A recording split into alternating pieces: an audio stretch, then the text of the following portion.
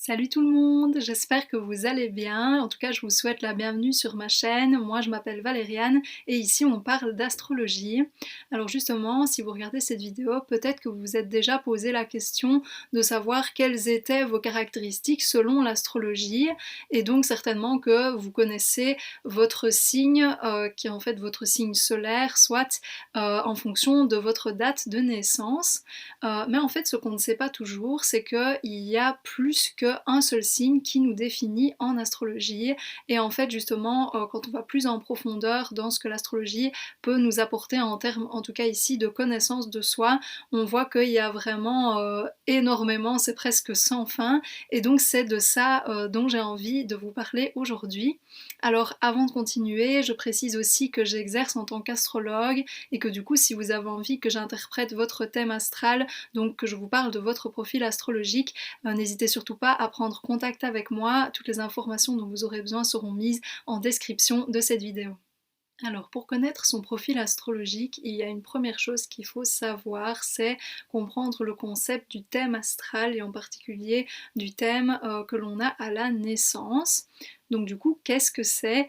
Eh bien en fait, quand on est en fonction de la date, du lieu et de l'heure précise à la minute, on a ce qui s'appelle une carte du ciel, un thème astral, qui est comme une photo du ciel au moment de notre naissance. Et du coup, sur cette entre guillemets photo, il va y avoir tous les éléments qui sont pris en compte pour faire notre profil astrologique, c'est-à-dire les signes, les planètes et les maisons. Donc en gros, chaque signe, comme vous le savez peut-être déjà, représente quelque chose, représente certaines caractéristiques. Ils sont tous représentés et tous présents dans votre thème de naissance. Et il y a également 10 planètes, 10 astres, parce que c'est pas toujours des planètes à proprement parler, qui vont être étudiées et qui vont chaque fois représenter quelque chose en particulier. Et chacune de ces planètes va être positionnée dans un des 12 signes et dans une des 12 maisons. Qu'est-ce que les maisons? Les maisons, en fait, il y en a 12, comme les 12 signes du zodiaque, et ça représente chaque fois un domaine de la vie. Et donc, en fonction de quelle planète est située dans quelle maison et dans quel signe, on va avoir des informations précises sur soi. Et alors quand je dis des informations précises, c'est justement là qu'on a généralement, je trouve, pas conscience de ce que peut apporter un thème astral, parce que quand on a juste connaissance des 12 signes, bah voilà, on peut, et c'est normal, penser que l'astrologie permet de nous définir uniquement de manière vraiment large, générale, conceptuelle, alors que justement, quand on arrive à lire un thème astral, à l'interpréter, il y a vraiment des éléments qui sont très profonds. Mais du coup, comment calculer son propre thème astral? Eh bien, heureusement, il existe des sites internet aujourd'hui qui permettent de le faire. Personnellement, j'utilise AstroThème, mais je mettrai le lien dans la description de la vidéo. Et en fait, on voit qu'il y a deux grosses représentations du thème astral. Donc, c'est le même sujet, c'est toujours votre thème de naissance, mais il peut être représenté soit sous forme de cercle, soit sous forme d'une liste.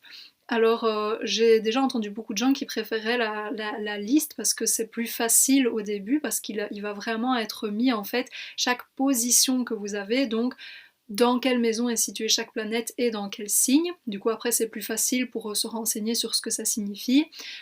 Mais moi, j'adore en fait la version visuelle, donc comme je dis, la vision du cercle en fait, la version, pardon, pas la vision, justement parce que je trouve que ça donne une autre vision du thème, surtout quand on va approfondir. Mais c'est vrai que ce qui est un obstacle au début pour pouvoir comprendre ce que ça signifie, c'est les symboles. Alors je ferai une vidéo ou plusieurs sur comment justement lire le thème astral quand il est sous cette forme donc plus classique, tel que c'était avant donc du cercle et de la division maison en maison, vraiment représentée concrètement dans cette espèce de dessin. Mais en tout cas, si vous utilisez le site que je référencerai en dessous, donc Astrothème, il y a moyen, si vous utilisez la version sur ordinateur, quand vous passez la souris sur un symbole, il va être écrit ce que ça représente. Donc au final, moi je vous conseillerais de quand même utiliser cette version-là si vous avez envie de plus approfondir, ou si comme moi, vous aimez bien tout ce qui est symbole, tout ce qui est un petit peu mystérieux au départ, parce que ben, ça ressemble un peu à du charabia, à un schéma assez bizarre, et du coup c'est génial après de pouvoir comprendre et de se dire que quand on voit un dessin du thème de quelqu'un, qu'on comprend, pas forcément tout de suite, mais qu'on comprend ce que ça signifie et ce que ça représente à travers du coup le langage astrologique. Du coup, si ici, après cette vidéo, vous êtes curieux et que vous avez envie d'aller découvrir votre profil astrologique et que vous ne l'avez pas encore fait, j'aurais quand même un conseil, donc plus pour les débutants, sur comment un peu se débrouiller avec ça. Ce serait de vraiment commencer par la base, et donc en l'occurrence c'est par 3 éléments, à savoir le soleil, la lune et l'ascendant. Donc si vous utilisez la liste, ce sera plus facile de trouver. Si vous utilisez le dessin, il faudra chercher un petit peu.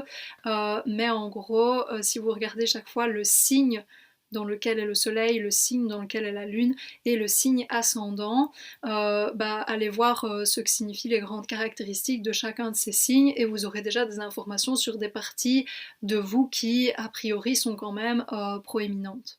Et enfin, pour ceux d'entre vous qui auront la même expérience que moi quand à l'époque j'avais découvert mon thème astral, c'est-à-dire une sorte de curiosité énorme à en savoir plus et à découvrir tout ce que ça signifie, etc. J'espère du coup que vous trouverez certaines de vos réponses dans mes vidéos. C'est notamment pour ça que je l'ai fait aussi, c'est pour que vous puissiez vous-même vous comprendre.